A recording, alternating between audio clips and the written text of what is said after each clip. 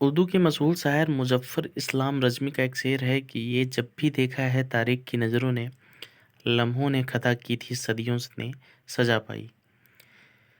इसे अगर भारत-चीन रिश्तों को परिभाषित करने के लिए इस्तेमाल किया जाए तो उसके बाद शायद ही कुछ ही कहने को बचेगा।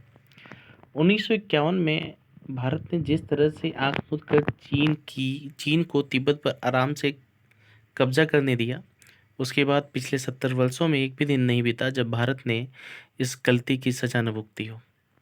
इस भयंकर भूल के बाद चीन की सेना आसानी से तिब्बत को लांघकर भारत की हिमालयी सीमा पर आदम की। तब से उसने भारत के खिलाफ जैसी खुराफातों का सिलसिला शुरू किया, उसकी फहरिस्त अंतहीन है। तिब्बत का आधार बनाकर डोकलाम, अरुणाचल और लद्दाख में चीन की दादागिरी अभी भी चल रही है। इसी बीच चीन ने भारत के खिलाफ एक नई तरह के हमले का बिगुल बजा दिया है। चीनी कम्युनिस्ट पार्टी ने घोषणा की है कि चीन तिब्बत की यालुंग सांगपो, जिसे भारत में ब्रह्मपुत्र के नाम से जाना जाता है, पर भारत की सीमा से ठीक 30 किलोमीटर पहले एक सुपर डैम बनाने जा रहा है, जिसकी क्षमता चीन और दुनिया के सबसे बड़े डैम थ्री गार्जेस डैम से भी 3 गुनी होगी।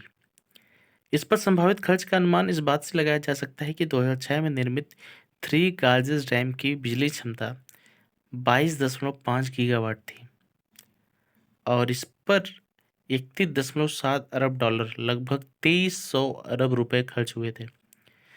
तिब्बत के अंतिम छोर पर प्रस्तावित हुए नए डैम को अगर भारतीय संदर्भ में देखा जाए तो कहा जा सकता है कि इसकी बिजली उत्पादन क्षमता भांखड़ा नांगल डैम से 111 गुना और भारत की सबसे बड़ी पन बिजली परियोजना टिहरी डैम के मुकाबले 27 गुना अधिक होगी।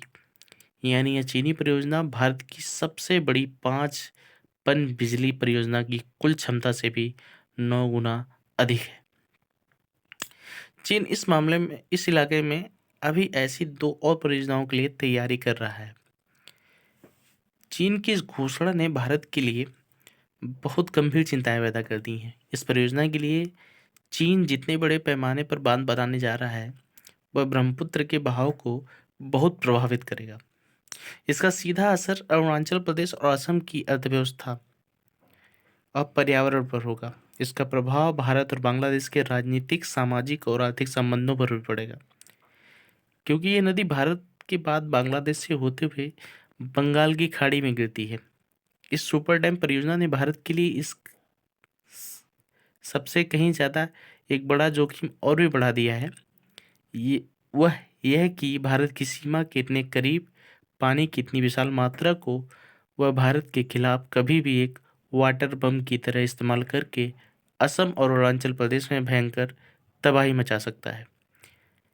ऐसा हमला भारत की नागरिक आबादी और इंफ्रास्ट्रक्चर के लिए, विशेष रूप से वहाँ रक्षा तंत्र के लिए बहुत नुकसानदेह सिद्ध हो सकता है। यह स्पष्ट रूप से खतरे की घंटी है। चीन के इस वाटर बम का खतरा कोरी कल्पना नहीं है। पिछले कुछ वर्षों में ऐसे कम से कम 3 अवसर आ चुके हैं जब चीन ने जानबूझकर ऐसे नाजुक मौकों पर भारत की ओर से नदियों का पानी छोड़ा, जिसने भारत में भारी तबाही मचाई।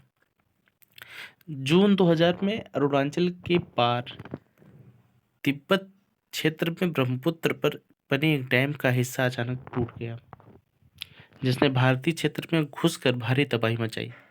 उसके बाद जब भारत के केंद्रीय जल शक्ति आयोग ने इससे जुड़े तथ्यों का अध्ययन किया तो पाया गया कि चीनी बांध का टूटना एक पूर्व नियोजित शरारत थी।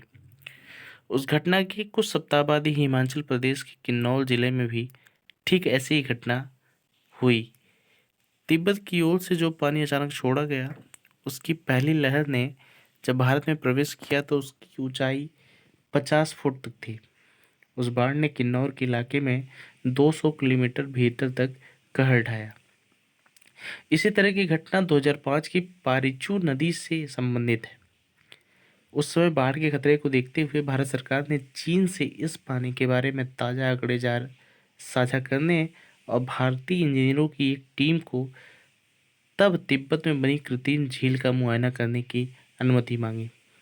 लेकिन चीन सरकार ने न तो आंकड़े जारी किए, न भारतीय विशेषज्ञों को तिब्बत में प्रवेश करने की अनुमति दी।